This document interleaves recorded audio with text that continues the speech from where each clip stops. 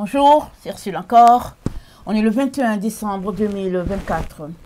Alors, je viens sur la trompette aujourd'hui encore et je viens proclamer le retour de notre Seigneur Jésus-Christ. Amen et alléluia. Soyons tous bénis, soyons remplis de sa joie. Amen. Alors, retourner en arrière. Amen. Retourner en arrière par rapport aux décisions, n'est-ce pas, qu'on a déjà prises. Alors, qui n'a jamais traversé une période de questionnement dans sa vie? Envie de tout lâcher, de s'en aller, peu importe l'endroit, mais vraiment tout quitter dans le genre, c'est assez, j'en ai assez, je ne veux plus rien savoir, n'est-ce pas? Et cette démarche arrive à dans la vie de tout un chacun, surtout si tu es quelqu'un qui cherche le chemin de ta vie. Il n'y a personne sur cette terre qui, cherchant le chemin de sa vie, n'arrive à un moment où ils disent je lâche tout. Ça y est. Et ces moments, n'est-ce pas, qui sont appelés des moments de ténèbres ou des moments de nuit sombre, n'est-ce pas, sont souvent des moments très importants dans la vie de l'être humain parce que c'est dans ces moments-là que sortent les meilleures décisions, amen, de ta vie. Pourvu que tu continues, n'est-ce pas, le cheminement, la démarche, n'est-ce pas, alors que tu te trouves dans cette période sombre de ta vie.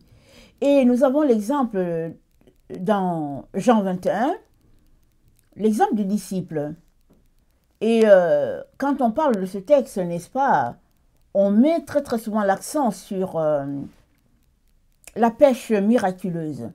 On met l'accent sur le fait que les disciples n'ont rien pêché la nuit et puis au petit matin, ils ont eu beaucoup de poissons de telle sorte que le filet était sur le point de se rompre. Alléluia, on bénit le Seigneur pour cette pêche, n'est-ce pas? Mais ce texte a un côté extraordinaire qu'il nous faudrait regarder aujourd'hui. C'est le fait que les disciples ont été appelés par Jésus. Il leur a dit, je vais faire de vous des pêcheurs d'hommes. Et on sait que Jean et Jacques, Simon et André travaillaient avec leur père. Et ils ont dû quitter, n'est-ce pas, la barque, ou bien les barques, pour se mettre au service de Jésus-Christ. Alors que les papas continuaient, n'est-ce pas, le travail de la pêche. Peut-être ont-ils choisi des employés pour remplacer Jean, Jacques, Simon, André. Je ne sais pas comment ça s'est passé. Mais toujours est-il que dans le groupe, n'est-ce pas, dans cette association, il y a 4 personnes qui sont parties suivre l'agneau de Dieu. Et ils étaient remplis, n'est-ce pas, d'énergie, de courage, de détermination. Ils étaient remplis d'espoir. Surtout qu'ils ont découvert que c'était lui le Messie. C'était celui dont la Bible parlait. Combien ils étaient enthousiastes. Mais on sait que ce même jour-là, alors que Simon venait de révéler, n'est-ce pas, au groupe que Jésus-Christ était le Messie, quelque temps après, Jésus-Christ leur annonçant sa mort, sur la croix, Simon lui a dit, à Dieu ne plaise, tu vas pas aller à la croix, n'est-ce pas? Et Jésus-Christ a refuté cette idée-là immédiatement. Il ne voulait pas que la pensée de Pierre s'ensemence en lui. Il a dit, arrière de moi, Satan. Pierre n'étant pas Satan, mais on sait que c'est celui qui a mis les idées, n'est-ce pas? Dans l'esprit de Pierre que Jésus-Christ reprimandait. Et à ce stade où ils étaient, dans Jean 21, Jésus-Christ a subi tout ce qu'il était venu subir. À Gethsemane, il a été arrêté. Il a subi le fouet. Il a été humilié. Il a porté sa croix jusqu'au Golgotha. Il est mort. Et ses disciples n'étaient pas là, sauf un seul qui était là auprès des femmes. Et c'était Jean. Et Jésus était ressuscité. Ils ont pu constater la résurrection de Jésus. Jésus n'était plus tout le temps avec eux. Il apparaissait quand ils étaient ensemble. Et après, il repartait. C'était plus le même type de réunion, n'est-ce pas, que Jésus-Christ avait avec eux. Surtout qu'avant de s'en aller, il leur a nommé un leader. Il a dit que c'était Simon-Pierre, le leader. Amen. Mais voici que, à cette nuit, n'est-ce pas, terrible, n'est-ce pas, de leur vie, ils ont décidé d'aller pécher. Simon a dit, je m'en vais pécher. Les autres ont dit, nous aussi. Jean 21, le verset 3. Excusez-moi.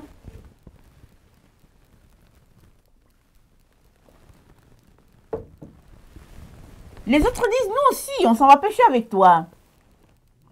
Donc ils s'en vont, n'est-ce pas, pour pêcher. Et, comble de malheur, la Bible nous dit, ils pêchent toute la nuit et ils ne recueillent rien, aucun poisson. Ça, c'était, je vais lire Jean 21, le verset 3. Simon-Pierre leur dit, je vais pêcher. Ils lui dirent, nous allons avec toi. Ils sortirent et montèrent dans la barque, mais cette nuit-là, ils ne prirent rien. C'était déjà le matin. Jésus se tint là sur le rivage, mais les disciples ne savaient pas que c'était lui. Il leur dit, « Eh les enfants, n'avez-vous pas un peu de poisson ?» Non, lui répondirent-ils. Il leur dit, « Jetez le filet du côté droit de la barque et vous trouverez. » Alors, c'est un texte très intéressant parce que ça a l'air que Jésus-Christ leur a fait un coup. Amen. Jésus-Christ a pris tous les poissons, il les a mis du côté droit. Et puis, il a dit, je vais voir ce qu'ils vont faire. Puisque le même Jésus-Christ leur a dit, je vais faire de vous des pêcheurs d'hommes. Ça veut dire que Jésus-Christ les a déjà retirés de la pêche du poisson. Dans son agenda, lui, il les a inscrits, n'est-ce pas, dans la pêche d'hommes. C'est là que Jésus-Christ les a inscrits. Et puis, Jésus-Christ leur a donné des tâches. En tout cas, Simon-Pierre était le leader. Et puis, Jésus-Christ a déterminé ce qu'il devait faire. Jésus-Christ leur a montré comment chasser les démons. Il leur a montré comment faire la Sainte Seine. En tout cas, Jésus-Christ les a éduqués. Il leur a donné toutes les paraboles possibles. Il leur a dit comment se comporter. Tout était là. Et puis, n'oublions pas, n'est-ce pas, que dans cette même période-là, où Jésus-Christ a marché de Capernaum jusqu'à Jérusalem, parce que c'était la période où il devait mourir, n'oublions pas qu'une fois, au niveau de la table, au niveau de la chambre haute, ils ont partagé le pain pour la dernière sainte, la dernière sainte scène, voilà. Et après, Jésus-Christ a donné encore d'autres enseignements, ok? Donc, les disciples étaient équipés pour pouvoir continuer la tâche. Mais ce qui était là, il y avait que Jésus-Christ n'était pas encore parti au ciel. Jésus-Christ était encore sur la terre. Il ne leur avait pas encore dit au revoir. Mais il n'était plus très très souvent au milieu d'eux. Alors, ils pouvaient tous se poser des questions, et puis c'est normal. Parce qu'ils ont tous renié Jésus. Sauf Jean. Mais toujours est-il que Jésus-Christ n'était plus là.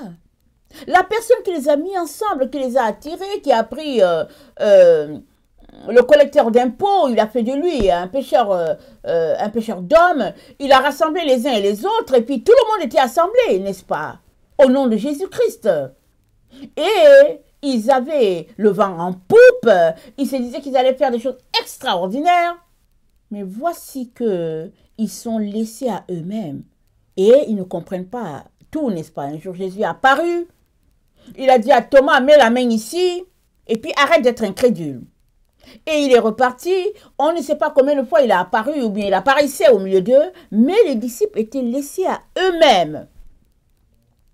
Peut-être que Jésus-Christ se présentait, et puis personne ne le voyait, parce qu'il voulait voir comment il se comporterait. On ne sait pas, mais toujours est-il que le professeur a donné la leçon, et c'est normal que, devant cette situation, tout le monde puisse réfléchir, parce que c'était une situation qui concernait toute la ville. Il n'y avait pas quelqu'un dans la ville qui ne parlait pas de cette situation. Déjà, du moment de sa crucifixion jusqu'à sa résurrection, alors c'était, en tout cas, du tollé concernant ce qui était arrivé, n'est-ce pas, à Jésus-Christ. Alors, Simon, le leader, dit, je vais pécher. Les autres vont avec lui. Et qu'est-ce qui serait arrivé si Jésus n'avait pas intervenu en mettant les poissons d'un seul côté? Est-ce que les disciples allaient retourner à leur pêche s'ils avaient pris du poisson? On ne sait pas, n'est-ce pas? Jésus-Christ connaissait leurs pensées. Il savait ce qu'ils avaient dans l'esprit quand ils ont dit on va pêcher. Et Jésus-Christ ayant mis les poissons d'un côté, toute la nuit, imaginez toute la nuit des pêcheurs de poissons qui ne pêchent rien toute la nuit. Vous pouvez imaginer comment ils peuvent être découragés, n'est-ce pas? Au petit matin, Jésus-Christ leur dit, hé enfants, est-ce que vous n'avez rien pêché? Ils disent non. Il dit, jetez le filet du côté droit. Et là, la Bible nous dit qu'ils ont pris beaucoup de poissons, 153 gros poissons, sans compter les autres tout petits. Et là, Jean, en tirant le filet, n'est-ce pas, Jésus-Christ dit de lancer le filet du côté droit. Ils se mettent à tirer le filet, et puis Jean dit à Simon, c'est le Seigneur. Comment Jean a-t-il reconnu Jésus-Christ tout de suite en disant c'est le Seigneur? Est-ce que c'est sa connexion spirituelle avec lui? Est-ce que c'est l'amour qu'il avait avec Jésus? Mais qu'est-ce qui se passe? Pourquoi est-ce que Jean a reconnu le Seigneur tout de suite? Alors que les autres avaient un voile, n'est-ce pas, à leur visage, qui les empêchait de reconnaître le Seigneur du premier coup. Alors Simon a demandé à venir, n'est-ce pas? Il s'est jeté dans l'eau, il s'est habillé, il s'est jeté à l'eau, n'est-ce pas? Et Jésus-Christ les attendait. Il a prêté du poisson, il a braisé et tout, il a pris du pain. En tout cas, il leur a donné à manger. Il les a fait asseoir, il s'est occupé d'eux comme il sait le faire. Tout cela pour te dire que peu importe la détresse dans laquelle tu es, Jésus-Christ est là pour te relever. Il est là pour te toucher, pour panser tes blessures. Il est là. Jamais il ne peut t'abandonner. Mais, toi, dans la détresse, veux-tu l'abandonner? À quoi penses-tu quand les moments de détresse viennent dans ta vie? Tout lâcher? Claquer la porte à Jésus? Que penses-tu faire? Te mettre dans une situation de compromis pour dire, ok, c'est trop compliqué. Je vais faire moitié-moitié. En tout cas, les questions que tu te poses, Dieu les connaît. Et il veut t'aider, n'est-ce pas, à régler ta situation, celle-là du départ. Parce qu'au départ, tu as décidé que tu allais le suivre. Excusez-moi. Les disciples, Jean et Simon et André, ils sont allés voir Jésus-Christ. Ils sont parmi les premiers, n'est-ce pas, que Jésus-Christ a recrutés comme disciples. Et ils ont dit, Seigneur, Rabbi, où habites-tu? Jésus-Christ a dit, voilà, venez, regardez. Et Jésus-Christ leur a montré son abri. Peut-être que c'est suite à ça qu'ils l'ont pris pour l'amener, pour le loger chez Simon. On ne sait pas, n'est-ce pas? Jésus-Christ n'était plus à son habitat où les autres l'ont vu. Désormais, il logeait chez Simon. Voilà pourquoi la Bible nous dit, tôt le matin, ils sortaient pour aller rencontrer Dieu, parce qu'ils étaient nombreux, n'est-ce pas? Alors, Jésus-Christ n'était plus seul, il était nombreux avec eux, ils étaient vraiment... Il fallait qu'ils s'éloignent pour pouvoir rencontrer son papa.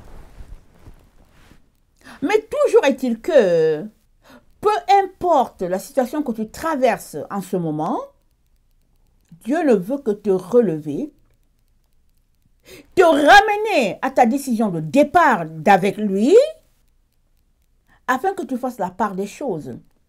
Que veux-tu en réalité? Veux-tu abandonner parce que la difficulté est trop grande? Parce que la honte est là? Ou bien veux-tu abandonner parce que tu as changé d'avis? Mais que veux-tu faire? Jésus a connu la pensée des disciples. Il leur est venu en aide. Il a regroupé tous les poissons d'un côté. Il a dit, ok, on va voir comment ils vont faire ça. Et au petit matin, ils n'avaient rien pêché. Et Jésus-Christ leur montre l'endroit où il y a le poisson afin que les disciples puissent réaliser qu'on a besoin de lui à tout point de vue. Jésus-Christ n'a pas oublié qu'ils ont dit « nous te suivrons ». C'est eux qui sont venus le voir pour dire « Rabbi, où habites-tu » Et Jésus-Christ les a appelés. Et ils sont allés appeler tel autre, ils ont appelé. Et puis Jésus-Christ a vu Nathanaël qui était assis sous un arbre. Donc, la décision a été bien pensée par chacun. Qu'est-ce qui fait que, à cette nuit critique, ils veulent tout simplement retourner pêcher du poisson? Qu'est-ce qui fait? Et Jésus-Christ les appelle.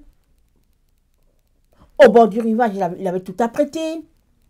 Ils ont mangé. Et Jésus-Christ, au verset 15, dit à Simon, dans Jean 21, le verset 15, il dit, après le repas, Jésus dit à Simon, Simon, fils de Jean, m'aimes-tu plus que ceci? On comprend l'état de Simon. Simon a été désigné le leader. Et voici Simon a trahi Jésus. Il a dit devant le juge à la cour, je ne connais pas cet homme 3 fois. Pire, au moment où Jésus-Christ avait besoin le plus de désert, ils ont déserté la scène. Jean était là, mais tout le monde a fui, ils sont partis. Et voici que Jésus-Christ ressuscite.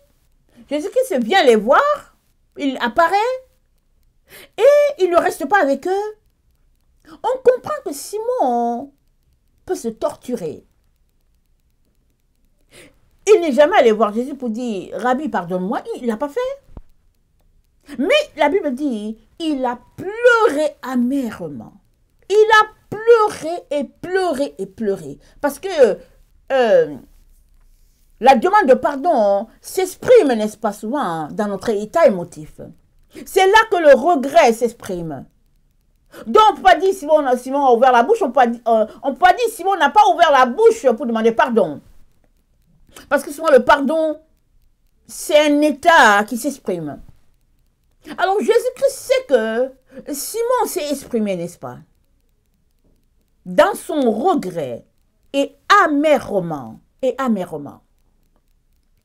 Seul problème, ils étaient bloqués. Ils n'arrivaient pas à avancer avec leur vie. Ils ne comprenaient rien. Tout était upside down. Tout, méli-mélo. La cacophonie, on ne sait pas ce qui s'est passé dans la salle, mais c'était compliqué. Mais Jésus-Christ montre le chemin, n'est-ce pas? Il donne la réponse à Simon. Il dit à Simon, m'aimes-tu plus que ne m'aimes ceci? Qu'est-il en train de dire? Il n'y a que Jésus-Christ qui peut mesurer l'intensité de ton amour pour lui. Mais Jésus-Christ était en train de dire à Simon, ton problème réside au niveau de ton amour pour moi. Jusqu'où m'aimes-tu? J'attends de toi, Simon, un amour sans faille. Ce n'est que comme ça que tu vas pouvoir accomplir l'œuvre à laquelle je t'ai appelé. J'attends ton amour, Simon. C'est par l'amour que tu as pour moi que tu pourras marcher sans tergiverser jusqu'au bout. Et jusqu'au but que Dieu a pour toi. Sinon, le bout que Dieu a déterminé pour toi d'atteindre, tu ne l'atteindras pas parce que sans amour, il n'y a plus d'entrain. Quand tu n'as plus d'amour pour quelqu'un, quand tu es découragé, il n'y a plus d'entrain. Il n'y a rien qui te donne de continuer d'avancer. Le moteur ne fonctionne plus. Et Simon dit à Jésus, oui, je t'aime. Mais 3 fois, Jésus-Christ lui a posé la question, n'est-ce pas? Parce que 3 fois, Simon a renié Jésus. 3 fois, Jésus-Christ est venu annuler le reniement de Pierre par la parole de Dieu, par la parole de Pierre, pardon, effaçant son acte de lâcheté. Ce n'était qu'un acte de lâcheté, disons-le comme ça. Ce n'est pas parce que Simon n'aimait pas Jésus, mais la peur de Simon, de ce que les hommes allaient lui faire, était trop grande. Il a vu Jésus menotté, il a vu Jésus en train d'être jugé. Toute la nuit, Simon s'est dit, mais non, ils ne vont pas aussi me juger avec lui. Pour X raisons. On ne sait pas quelles sont ces raisons. Jean était là. Mais on n'a pas posé la question à Jean. Parce que Jean aussi, il était là dans la cour. Mais c'est à Simon que la question a été posée. Mais pourquoi? Certainement parce que Dieu savait où était le cœur de Simon en ce moment. Surtout que Jésus-Christ a dit à Simon, avant que le coq chante, tu m'auras renié 3 fois. Parce que Simon a dit à Jésus, mais je te suivrai partout. Je te suivrai partout. Alors que Jésus-Christ leur a dit qu'il allait mourir. Simon a dit, je te suivrai partout. Mais Jésus-Christ voulait que Simon lui-même pèse le poids de ses paroles.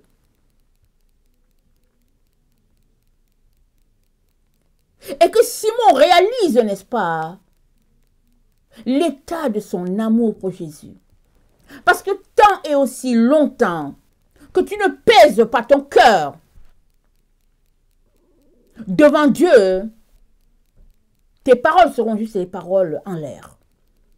Parce que tu as besoin de t'arrêter, te demander jusqu'où tu es prêt à aller avec Jésus. Parce que Jésus-Christ a dit,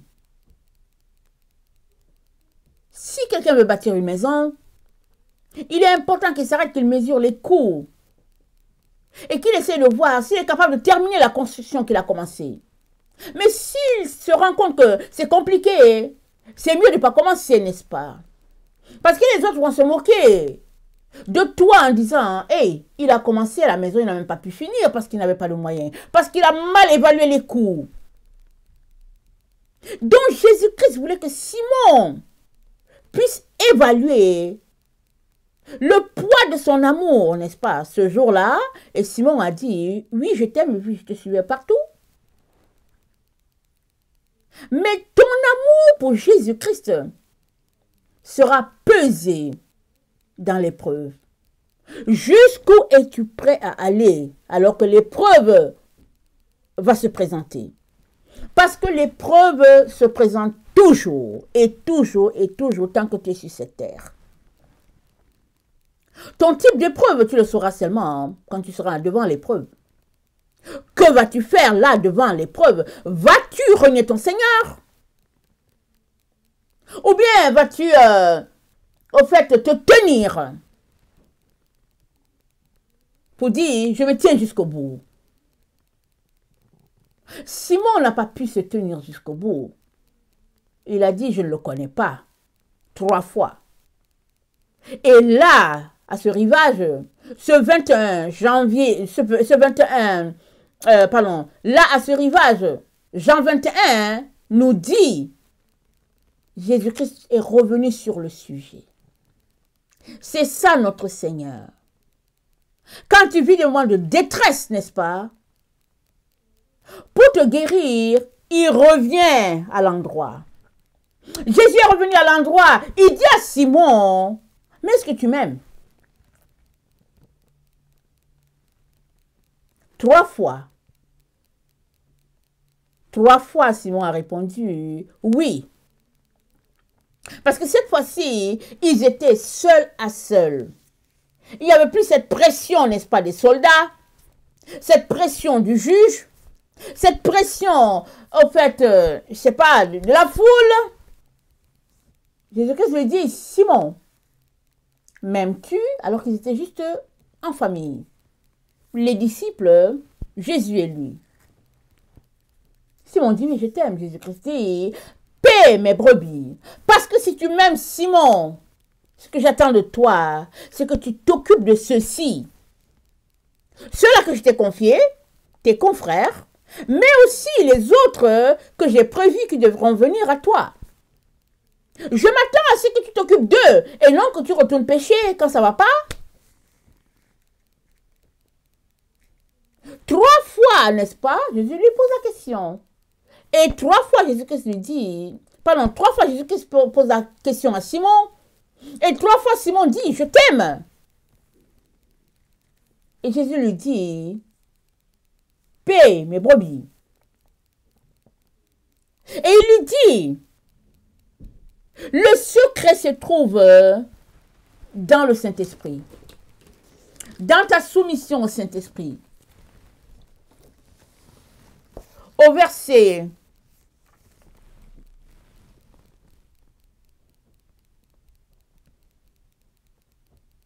18 de Jean 21, Jésus-Christ lui dit, en vérité, je te le dis, quand tu étais jeune, tu nouais ta ceinture et tu allais où tu voulais. Lorsque tu seras devenu vieux, tu étendras les mains et c'est un autre qui nouera ta ceinture et qui te conduira là où tu ne voudras pas.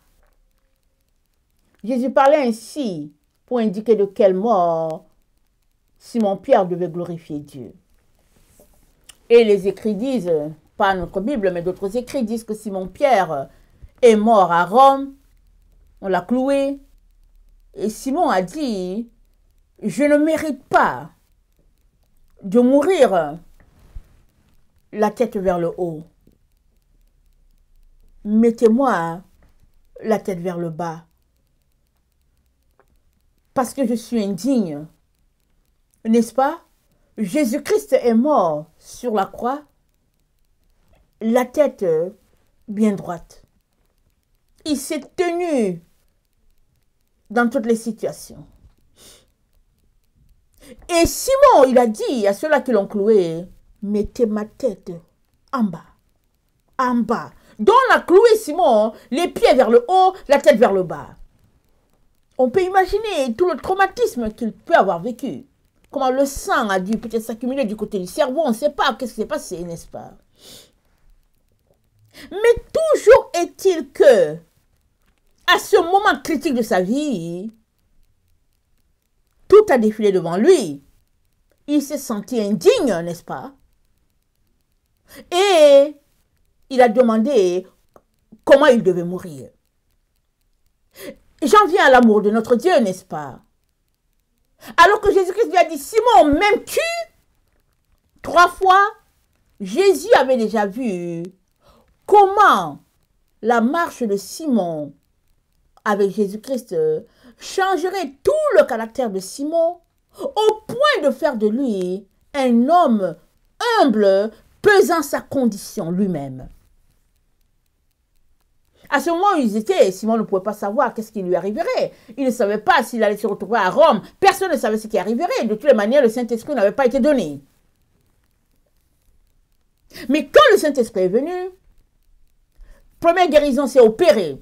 Et Simon était au temple avec Jean. Ils ont dit aux boiteux, ils ont dit, ni or ni argent nous n'avons, mais au nom puissant de Jésus-Christ, lève-toi et marche. Et la Bible nous dit dans le livre des Actes qu'il s'est levé, le mendiant, sautant, louant Dieu, glorifiant Dieu. Et les gens l'ayant vu à côté de Simon, ils ont compris que la guérison est venue par Simon et puis Jean. Et quand le Saint-Esprit est venu donc, les miracles se sont passés, les disciples se sont retrouvés dispersés. Simon s'est retrouvé à Rome au point où il est mort, là, à Rome. Et sa mort a glorifié le Seigneur. Et Jésus-Christ était en train de remonter l'esprit de Simon en lui disant, ok, tu es tombé, tu m'as renié 3 fois, à la croix alors que j'étais là, tu n'étais pas là. Ok, tu te sens peut-être mal, mais Simon, est-ce que tu m'aimes? Alors si tu m'aimes, concentre-toi à l'essentiel. T'occuper des brebis. Parce que de toutes les manières, ta vie, n'est-ce pas, sera à la gloire de Dieu. D'ici là que tu marches jusqu'à la fin de ta vie, tu seras un rayon de soleil pour ton Dieu. Tu accompliras ce pourquoi Dieu t'a appelé. C'est ça que Dieu est en train de dire à Simon, par la bouche de notre Seigneur Jésus-Christ. Et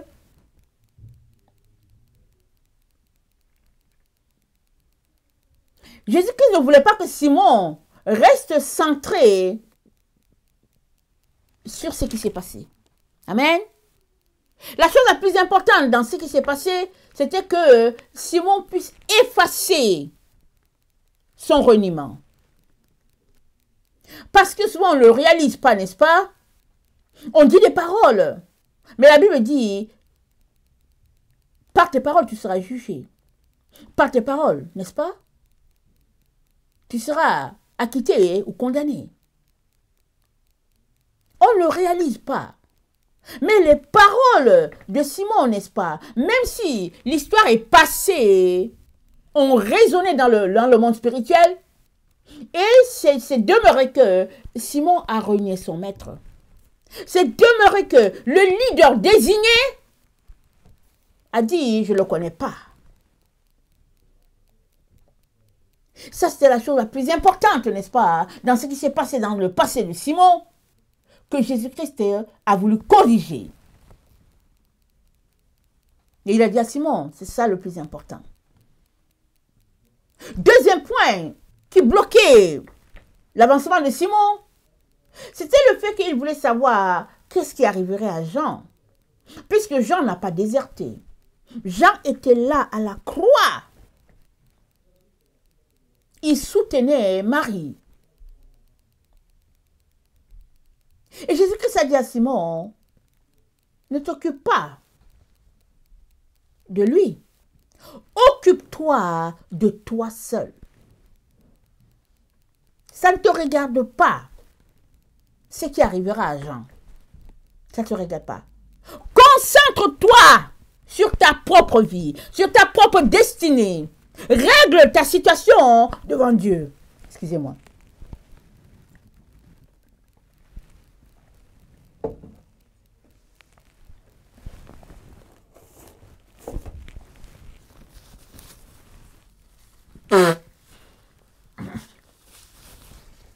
Ne cherche pas à savoir ce qui va arriver à l'autre. Ça ne va pas t'avancer. Mais tu seras avancé, Simon, si tu réglais ton problème de ton amour envers moi. Jusqu'où tu mets ta règle, Simon. Quand tu mesures ton amour pour moi, jusqu'où la mets-tu? Alors, aime-moi. Plus que le même ceux-là. Mais est-ce que Simon est capable de savoir comment les autres aiment Jésus? Il n'est pas capable de savoir. Il n'y a que Jésus-Christ qui peut mesurer l'intensité de ton amour pour lui. Et l'intensité de l'amour de X pour lui. Mais toi, qui dis que tu marches selon Jésus, Jésus-Christ te demande de déployer tout ton amour pour lui.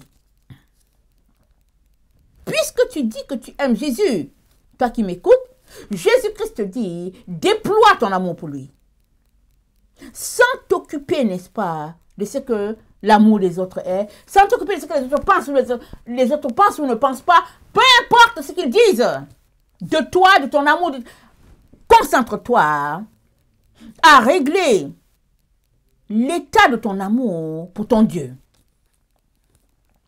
Parce que c'est là que réside le secret pour toi d'accomplir ta destinée. C'est ça que Jésus-Christ te dit ce matin. Et vous savez, souvent il y a des situations, n'est-ce pas, de concurrence dans les groupes, on veut savoir qui est qui, et souvent on cherche à niveler, n'est-ce pas, tout le monde afin que rien ne puisse circuler. Un peu comme ça se passe dans les sociétés communistes ou socialistes. On essaie de niveler tout le monde. Allez, on met la barre et puis tout le monde en dessous de la barre. Mais ce n'est pas comme ça avec notre Dieu. C'est pas comme ça. Notre Dieu dit à Simon, moi je veux de toi un amour plus que les autres si ne m'aiment, parce que ce n'est que comme ça que tu pourras accomplir ce que Dieu t'a appelé à faire. Remarquez, Jésus-Christ n'a pas dit à Simon, ok, je t'avais désigné leader de groupe, comme tu as moffé ou bien comme tu l'as mal fait, ok, je t'enlève le rôle, je le donne à Jean, parce que Jean était là à la croix. Jésus-Christ n'a pas fait ça. Amen. Et il ne fera jamais ça pour qui que ce soit. Une fois qu'il t'a appelé à un poste, il va t'aider à aller jusqu'au bout de ta destinée. Parce qu'il a cru en toi. Parce qu'il sait ce qu'il a mis en toi. Parce qu'il sait quels sont les chemins de ta vie, les barrières sur ta route. Et il sait que tu as besoin d'une seule chose. Avoir un amour inconditionnel pour lui. Et il t'aidera à te rendre. Amen. Excusez-moi, je vais tourner ma feuille.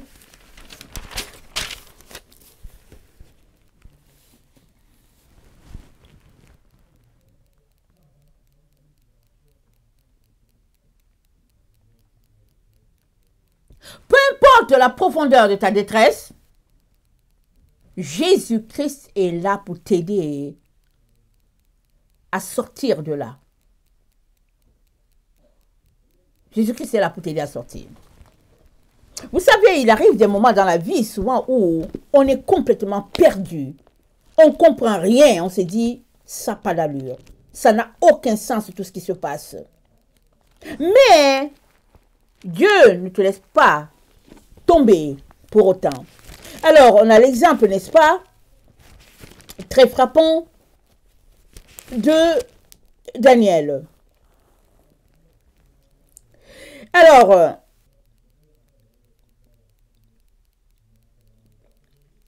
c'est dit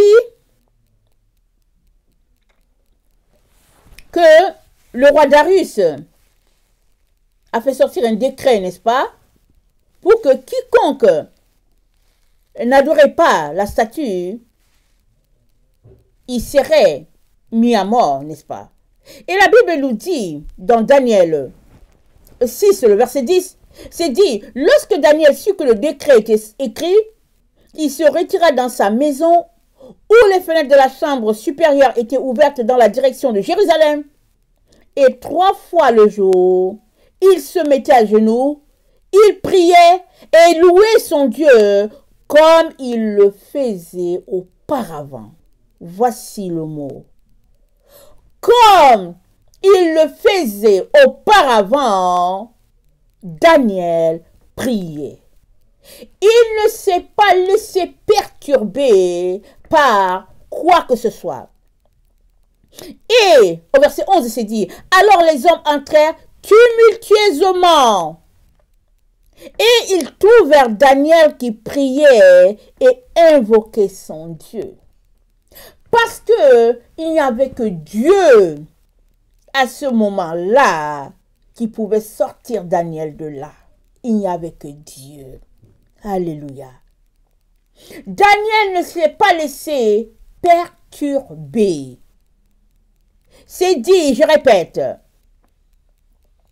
lorsque Daniel sut que le décret était écrit, il se retira dans sa maison où les fenêtres de sa chambre supérieure étaient ouvertes dans la direction de Jérusalem. Et 3 fois le jour, il se mettait à genoux, il priait et il louait son Dieu comme il le faisait auparavant. Comme il le faisait auparavant. Il n'y a pas eu de différence. Il n'y a pas eu d'écart, n'est-ce pas, dans ce que Daniel faisait avant. Il a continué de rendre gloire, honneur à son Dieu. C'est ça que Dieu attend de chacun d'entre nous.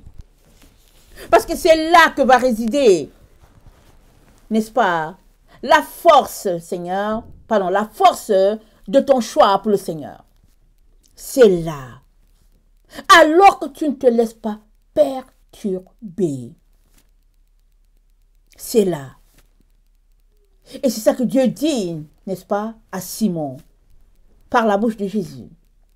Simon, t'occupe pas de la vie de Jean. T'occupe pas de la vie de Thomas. T'occupe pas de la vie des autres. Occupe-toi de ta propre vie. Est-ce que tu m'aimes?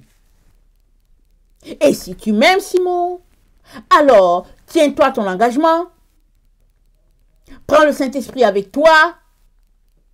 Parce que c'est lui qui va te conduire à accomplir ta destinée. Et concentre-toi à m'aimer de toutes tes forces. Ce n'est que comme ça que tu arriveras. Et Jésus-Christ dit la même chose pour chacun d'entre nous en ce jour. Quelle est la profondeur de ta détresse? Daniel l'a vécu. Shadrach, Meshach, Abednego l'ont vécu. Et si on continue avec l'histoire des apôtres, on sait combien de fois ils ont été jetés en prison. Plus d'une fois, on les a jetés en prison. Et ils ont été délivrés. Ils sont ressortis pour continuer à faire la parole, on les jetait seulement en prison. Mais le Saint-Esprit étant dans leur vie, ils prenaient de l'assurance et ils continuaient l'œuvre. Aujourd'hui, le Seigneur aimerait tout simplement nous encourager, n'est-ce pas, à nous armer de patience. À prendre dans notre sac à dos, n'est-ce pas, notre amour pour le Seigneur. À ne pas oublier le Saint-Esprit, n'est-ce pas, et notre détermination à aller jusqu'au bout. C'est tout ce dont nous avons besoin. Parce que Jésus-Christ a dit quoi? Il dit, je suis avec vous jusqu'au bout du monde. Jusqu'à la fin. Il est avec nous tout le temps. Et il l'a prouvé, n'est-ce pas? Parce qu'après être parti, 10 jours après, il a envoyé le Saint-Esprit. Afin que les disciples aient l'ami des amis qui sera toujours avec eux. Parce que Jésus-Christ était limité. Il a dit, je vous enverrai notre consolateur. Moi, Jésus-Christ, je peux pas être partout à la fois. Mais quand le consolateur sera venu, non seulement il vous conduira dans toute la vérité, il prendra ce qui est à moi, il vous enseignera, mais il sera avec vous tout le temps. Je viens nous encourager à réactiver, n'est-ce pas, notre passion pour le Saint-Esprit. C'est lui qui nous aidera à accomplir la raison pour laquelle nous sommes sur la terre. Que le Seigneur bénisse sa parole et qu'il nous donne de nous armer de patience et de courage. Alléluia, soyez bénis. Maranatha, Jésus revient. Amen et amen.